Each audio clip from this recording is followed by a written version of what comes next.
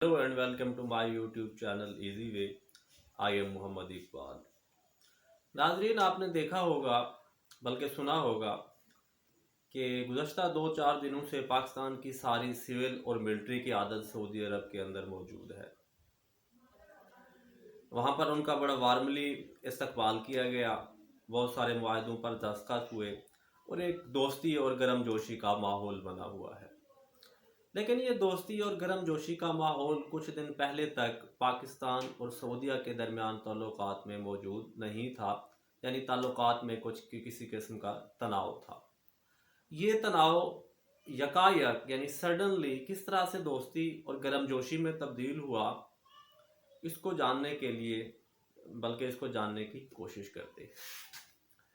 तो कहानी शुरू होती है 5 अगस्त 2019 से, जब भारत ने कश्मीर का स्पेशल स्टेटस ख़त्म किया और आर्टिकल 370 को रिवोक कर दिया।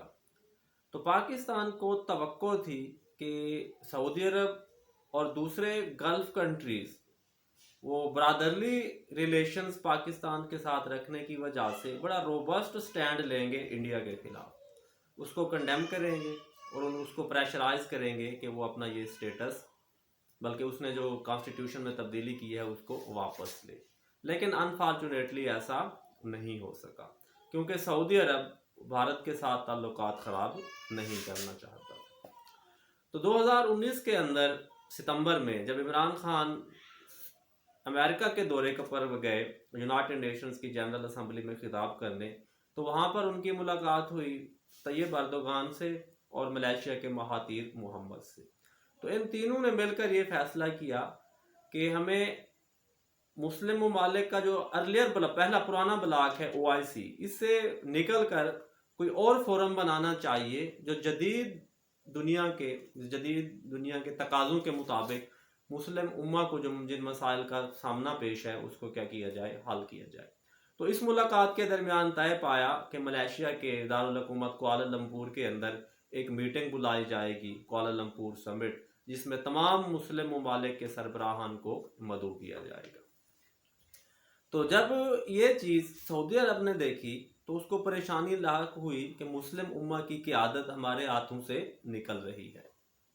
तो उन्होंने पाकिस्तान को प्रेशराइज़ किया कि अगर आप इस समिट के अंदर गए तो हम आपके 3 मिलियन वर्कर्स को वापस भेज देंगे, और बहुत सारी और भी धमकियाँ दी गई। तो क्योंकि पाकिस्तान के लिए ये मुमकिन नहीं था कि वो सारे के सारे वर्कर्स को वापस बुला सके, तो पाकिस्तान उस समिट के अंदर नहीं गया। तो इस गुस्ताखी खा सऊदी, क्योंकि वो बादशाह लोग हैं, उन्होंने पाकिस्तान को सबक सिखाने का फैसला कर लिया। तो उन्होंने जो $3 अरब पाकिस्तान को उसकी मद में दिए थे, कर्जे की मद में दिए थे, उनको भी वापस करने का तकाजा शुरू हुआ। तेल उधार के ऊपर यानी डेफर्ड पेमेंट के ऊपर जो पाकिस्तान को तेल की फैसिलिटी मुहैया थी, उसको भी रिन्यू नहीं किया गया। पाकिस्तान अगरचे पेनफुली, लेकिन बड़ी जो है ना, यूँ समझिए सब्र के साथ इन सारे मामलात को बर्दाश्त कर गया और कोई ज़्यादा एहतजाज नहीं किया। अब आते हैं कहानी के दूसरे रुख की जानिब। नाजरीन, गुज़श्ता 40 सालों से जब से ईरान के अंदर इस्लामिक रेवोल्यूशन आया है, सो कॉल्ड इस्लामिक रेवोल्यूशन, तो ईरान और सऊदी अरब के दरमियान खित्ते के अंदर यानी मिडल ईस्ट के अंदर असर व रसूख हासिल करने के हवाले से एक जंग रही है, चपकलिश रही है। और इस जंग में अभी तक ईरान ने बरतरी साबित की है। हालांकि ईरान के ऊपर इसके न्यूक्लियर प्रोग्राम की वजह से बहुत सारी इकनॉमिक सैंक्शंस, उस पर पाबंदियां थी, लेकिन इस सब के बावजूद ईरान ने सऊदी अरब को टफ टाइम दिया है। देख लीजिए, इराक के अंदर आज शिया बैक यानी ईरान बैक्ड हुकूमत है। सीरिया के अंदर ये बशार अल असद को बचाने में कामयाब हो गए। लेबनान के अंदर हिजबुल्लाह की मदद से बड़ा स्ट्रांग फुट होल्ड है इनका। और यमन जो सऊदी अरब के बिल्कुल साउथ में है, वहाँ पर भी हौसी बागियों ने सऊदी बैक्ड गवर्नमेंट को टॉपल कर दिया है और उन्होंने उसके दारुल हुकूमत पर सना पर कब्जा कर लिया है। तो इस सारी सूरत हाल में हालांकि ईरान बड़ा कमज़ोर था, क्योंकि पूरी वेस्ट ने और अमेरिका ने उसके ऊपर पाबंदियां लगा रखी थी, लेकिन इसके बावजूद इन्होंने अपनी बर्तरी क्या की है, कायम की है। नंबर 1, अब सऊदीया का जो MBS और ये गवर्नमेंट है, इसको सपोर्ट करता था डोनाल्ड ट्रंप, और वो एंटी ईरान था। लेकिन क्योंकि पिछले साल अमेरिका के अंदर इलेक्शंस के नतीजे में ट्रंप साहब चले गए हैं, वहाँ पर जो नया सदर आया है जो बाइडेन, उसका ईरान के ऊपर थोड़ा स्टांस यूँ समझिए सॉफ्ट है, और उन सऊदी अरब के ऊपर उन्होंने थोड़ा स्टांस क्या रखा हुआ है, बड़ा ही यूं समझिए टफ रखा हुआ है। तो सऊदी अरब को अमेरिका की मदद या सपोर्ट थोड़ी क्या हो गई, कम हो गई, नंबर 1। नंबर 2, इस वजह से भी सऊदी अरब परेशान था।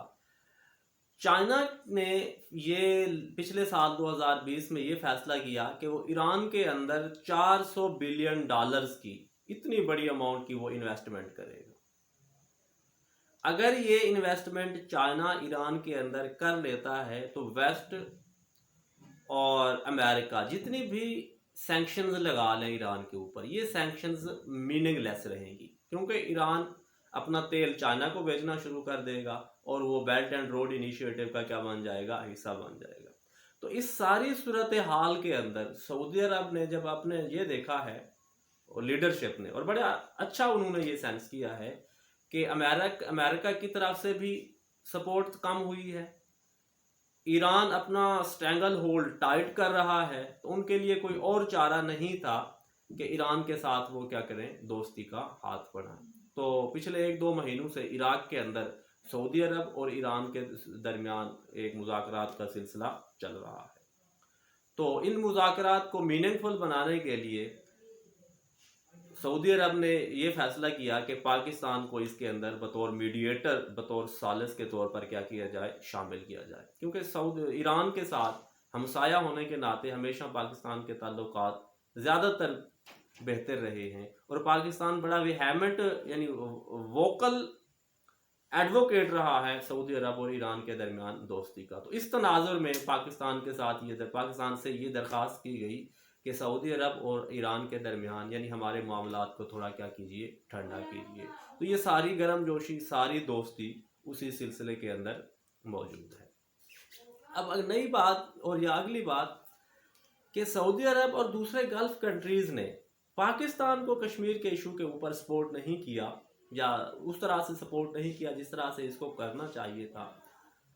तो वो ये बात, उसकी वजह ये है कि आने वाले 2-3 दहाइयों में दुनिया अपना तेल के ऊपर इन्हसार कम कर रही है। क्लाइमेट चेंज की वजह से रिन्यूएबल एनर्जी की तरफ वो जा रहे हैं, तो तेल की खपत क्या हो जाएगी, कम से कम हो जाएगी। अब जितने भी तेल पैदा करने वाले ममालिक हैं, उनकी ख्वाहिश है या कोशिश है कि इन 20 से 30 सालों के अंदर ज़्यादा से ज़्यादा अपना तेल बेच लिया जाए और अपनी जो उनकी इकॉनमी ऑयल डिपेंडेंट है इसको डाइवर्सिफाई करे। तो इंडिया क्योंकि तेल का बड़ा ख़रीदार है, तो इस वजह से अब वो अरब दुनिया के जो शहजादे हैं, अब वो ताल्लुकात को इस्लामी भाईचारे के नज़र से नहीं देखते, वो गिव एंड टेक, वो तिजारती लिहाज से देखते हैं। तो इंडिया की मार्केट पाकिस्तान की मार्केट से बहुत ज़्यादा है। अगर हम बात करें, पाकिस्तान $4 अरब का तेल खरीदता है सालाना सऊदी अरब से, और इंडिया $40 अरब का। तो इसी वजह से अब पाकिस्तान की जो डिप्लोमेटिक सपोर्ट है अरब दुनिया में, जो कभी हुआ करती थी, वो आज आहिस्ता आहिस्ता क्या हो रही है, कम हो रही है। तो इस तनाज़ुर में मेरे ख्याल में पाकिस्तान को भी चाहिए कि अपने आप को इकानमिकली मजबूत